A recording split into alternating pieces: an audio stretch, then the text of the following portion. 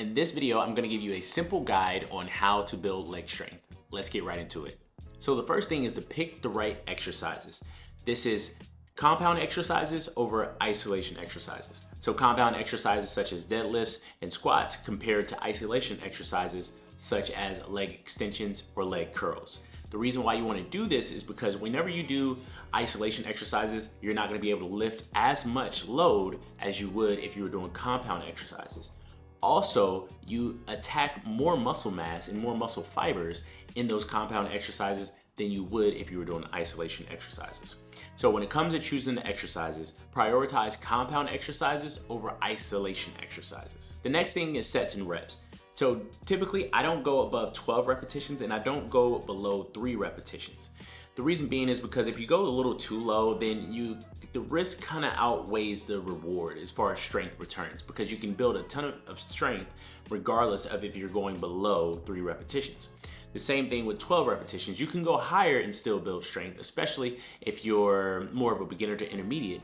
But if you go higher, typically it becomes more draining mentally than anything else. And you want to be able to stay within the workout mentally so that way you can push it. So I typically don't go above 12 repetitions, or I stay about 10 repetitions. So when it comes to choosing the amount of reps that you do, I would stay between 3 repetitions to 10 repetitions or 12 repetitions. And I wouldn't go above 4 sets. So for instance, if you're doing a set of 10 reps in 3 sets, or if you were doing 5 reps in 4 sets, that's kind of how I would kind of work that out. Sometimes you can do 5 sets, but if you just stick to this rule of thumb of 3 or 4 sets, if you're going lower reps, go 4 sets. If you're going higher reps, go 3 sets, you'll be good to go. So the next thing to think about is the intensity or the load that you're using for your exercises. So with each and every exercise, you want to make sure that you are at least pushing it on your last set to where you only feel like you could have gotten 1 to 2 more repetitions in. If you feel like you could have gotten 5 more reps or even 10 more reps, then you know you didn't go heavy enough to get a strength stimulus response from that exercise. So only going to where you feel like you can do 1 to 2 more reps, you know you're gonna get a good stimulus out of that exercise, and then you know you can probably push it a little bit more the next week, so that allows for the progression to go.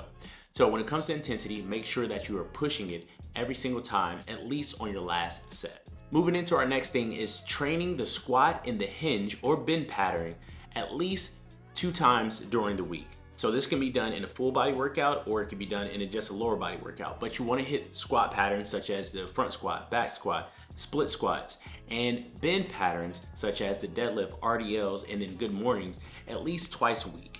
If you're not doing that twice a week, then you're not necessarily getting as much exposure as you should be getting in order to get that response multiple times a week that you need in order to maintain a good level of strength. Once you kind of get to a certain strength level, then yeah, you can potentially do it 1 time a week and get away with it and maintain strength and potentially even build a little bit more strength. But as you're building that strength, at least 2 times a week is a good dose in order to build that strength foundation. But one thing that you want to realize is that you have to rest at least 1 to 2 days in between those training sessions. So you give yourself time to recover, so that way you actually make some gains, and then you can come back and hit that next workout with the right amount of intensity.